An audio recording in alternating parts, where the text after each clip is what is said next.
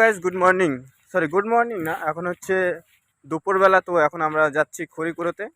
খড়িকুড়োতে মানে রান্না করতে সেসব জ্বালানি লাগবে, ওই জ্বালানি নিতে এসেছি সবাই মিলে। আর এই যে পাম বাগানে, আর এইগুলো হচ্ছে পাম গাছ, এই পাম গাছের খড়ি আমরা নিতে এসেছি।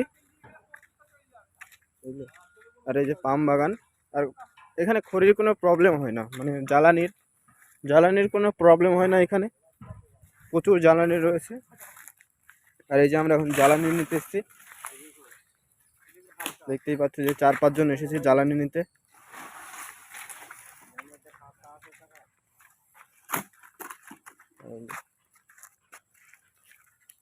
আর পাম গাছের কাটাও হয় প্রচণ্ড বেশি, প্রচুর কাটা হয় এতে, মানে হাতে দেওয়া যায় না এমন কাটা হয় এতে, বুঝতে পারছো কিনা জানি না। আর ওই যে পাম ফল ধরেছে ছোট ছোট, মানে কাঁচা সময় একরকম থাকে আর পাকলে আর এক রকম হয়। আর এটা হচ্ছে আমাদের ভান্ডারি। তো ভান্ডারি সবাইকে নিয়ে এসছে যে খড়িকুড়ানো জ্বালানি নেওয়ার জন্য।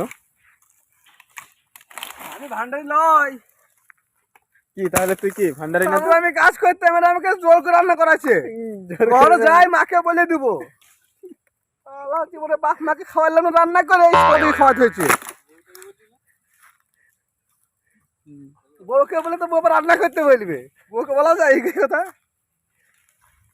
তো যে বাড়ির লোককেই কোনোদিন রান্না করে খায়নি, আর এইখানে এসে সবাইকে রান্না করে খাওয়াচ্ছে, মানে এত দুর্দশা চলে এসছে।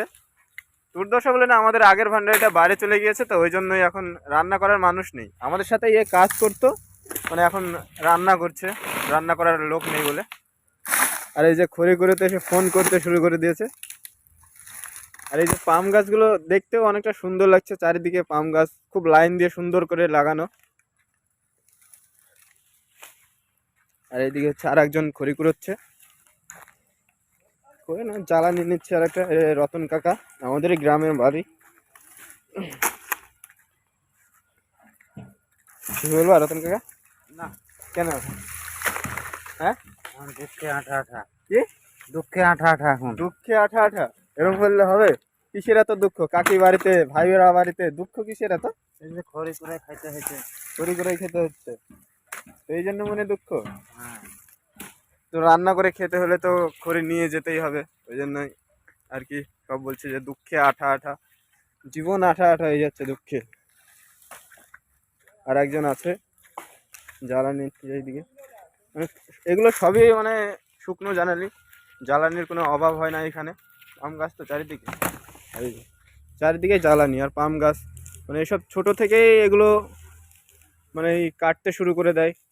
আর এগুলো তো সবারই লাগে না, ওই জন্যই জমিতেই রেখে দিয়ে যায়। আর যাদের যাদের প্রয়োজন হয় আর কি, তারা এসে জ্বালানি হিসেবে এগুলো ব্যবহার করে। তুমি কিছু বলবা? কেমন লাগছে? ভালো ভালো। আর কিছু? এই দেখো, এই দিয়ে আমাদের ভাত রান্না করতে। এটা দিয়ে মানে ভাত রান্না হবে।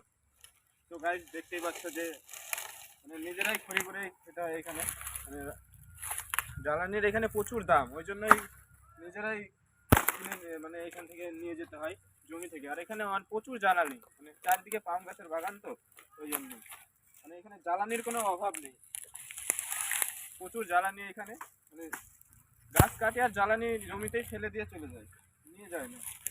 আর আমাদেরও খুব সুবিধাই হয় এখানে।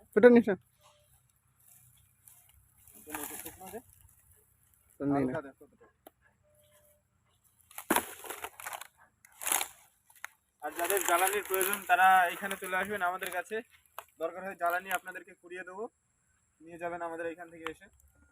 তো এই যে আমরা জ্বালানি নিয়ে চলে এসেছি এখন রুমে।